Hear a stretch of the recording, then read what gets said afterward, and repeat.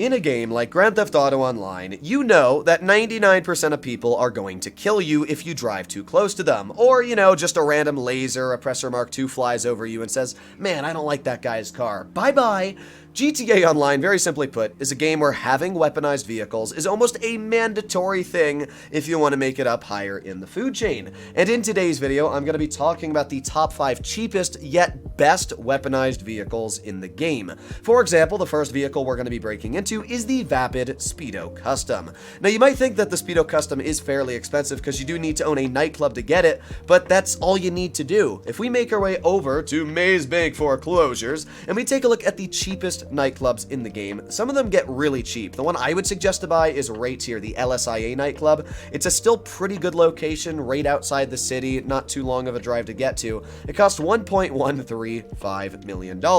As soon as you buy your nightclub, you're going to get the Speedo Custom for free. Now, it's not upgraded. You're probably going to have to spend an extra $300,000-$400,000 to put the minigun and the proximity mines on it. However, $1.5 million to get a vehicle that can do this is 100% worth the price tag. I mean, the Vapid Speedo Custom is just as good as the weaponized Tampa, except the difference is that not only is it cheaper than the weaponized Tampa to buy the nightclub, which is not only a great business for making money, but as well so you can get the Vapid Speedo Custom, but as well, it's literally just cheaper because you don't need to get any of the bunker research. Bunker research sucks. And I mean, let's say for the example, you buy the weaponized Tampa for $2.2 million, then you have to unlock all of the bunker research if you haven't to get your hands on the vehicle. So, yeah, the Vapid Speedo Custom, in my opinion, is just a dub, especially because it can drop proximity mines, which does that, and you can drop an unlimited amount, and even better, unlike the weaponized Tampa, this vehicle has semi-bulletproof windows, and it actually has pretty good protection as well for the glass. You can see that there's these metal bars here, and these metal bars actually count as full protection. So let's say there's AI doing this at you, and they hit those bars instead of the glass. They're actually not going to count as destroying the glass behind it. And even better yet, if they destroy the glass while shooting at you, eventually, you can see just how long you have to shoot at it, but even if they destroy the glass behind you, they still have the chance of hitting these bars, which is kind of like a free little protection. I honestly absolutely love the Vapid Speedo Custom, and as I said, all you need to do is buy a nightclub and you get it absolutely free. Now, you do need to upgrade it, but that's the case for all of these weaponized vehicles. So, yeah, Vapid Speedo Custom is an S tier for just how incredibly cheap it is. And if you're a newer player or you're just trying to save money and you don't want to drop $4 million on an Oppressor Mark II, this is about what I'd suggest to buy. Next up, we have the Vapid Speedo's bodybuilding brother, the Pounder Custom. This is another nightclub exclusive vehicle. The only way to get this is purchasing a nightclub. Now, unlike the Speedo Custom where you get it for free, this you do need to drop $320,000 to get your hands on. However, it is worth every single penny once you see the ridiculous missile battery it carries on the roof. Now, the Pounder Custom, just like the Vapid Speedo Custom, has semi-bulletproof glass. Unfortunately, you can see the metal bars around the glass don't actually stop any of the bullets, but at least it does have semi-bulletproof glass, stopping people from shooting at you. And it's such a tall vehicle, it's honestly quite hard to shoot at the front, especially with this bull bar in the front. So, not actually bad protection whatsoever. The only problem is, well, it only survives 0 explosions. I could literally pull out a grenade and throw it at this, and it would completely blow up the vehicle. I actually don't know why the Vapid Speedo Custom and the Pounder don't survive explosions, but that's their real downside, is the fact that one explosion will take them out. However, this vehicle has this, and yeah, do I need to say anything else? I mean, you can literally just control the missiles, and yeah, I mean, it's pretty dang insane. I should also point out that you have the ability to drop proximity mines, so I can just, spam them all over the road. Now, you do need to be careful with proxy mines, because again, if you place it too close to your vehicle, you will die. But proximity mines are insane on this thing. And just, again, this missile battery is so stupid. The fact that you can just spam missiles at whoever is trying to chase you. I would easily say that the Pounder Custom is just one of my favorite vehicles in the game because of the capabilities it carries.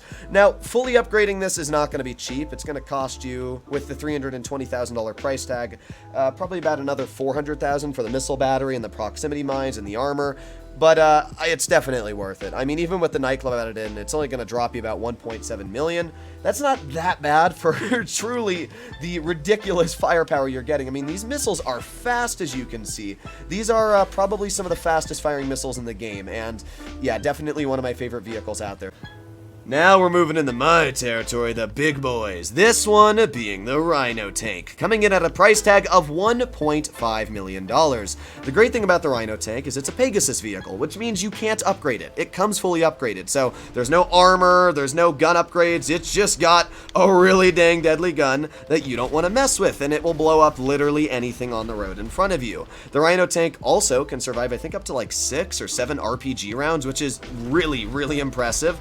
So overall, the Rhino Tank is an absolute beast when it comes to any sort of combat. It's actually the same as the Kanjali. Man, the Kanjali's like $2.8 million. The only downside for the Rhino Tank is that because it is a Pegasus vehicle, you cannot store it personally. You have to call Pegasus, pay like $200 and then go drive over to get it. But is that really a downside? I mean, it's only $1.5 million. And if you're a newer player in the game and you need to get some missions done, I mean, this will definitely get the job done. It's not the fastest vehicle, only going at a top speed of like 41 miles per hour, but who cares? I mean, it's going to destroy everything. If you ever need to do a mission that's a little tricky or VIP work, just call yourself in a Rhino Tank and you really got no worries after that. So this is an S tier when it comes for how cheap it is.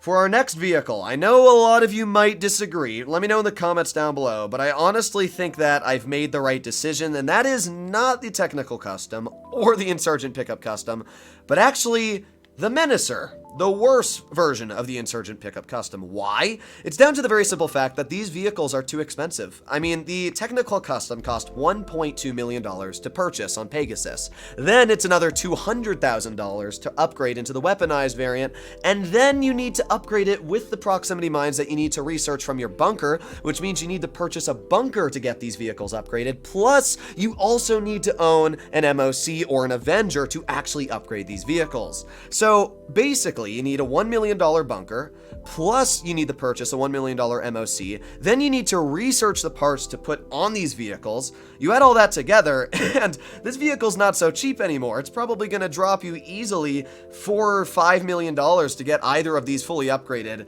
In my opinion, that's way too much money for a beginner in the game, especially for somebody that might buy a bunker specifically to focus on making money.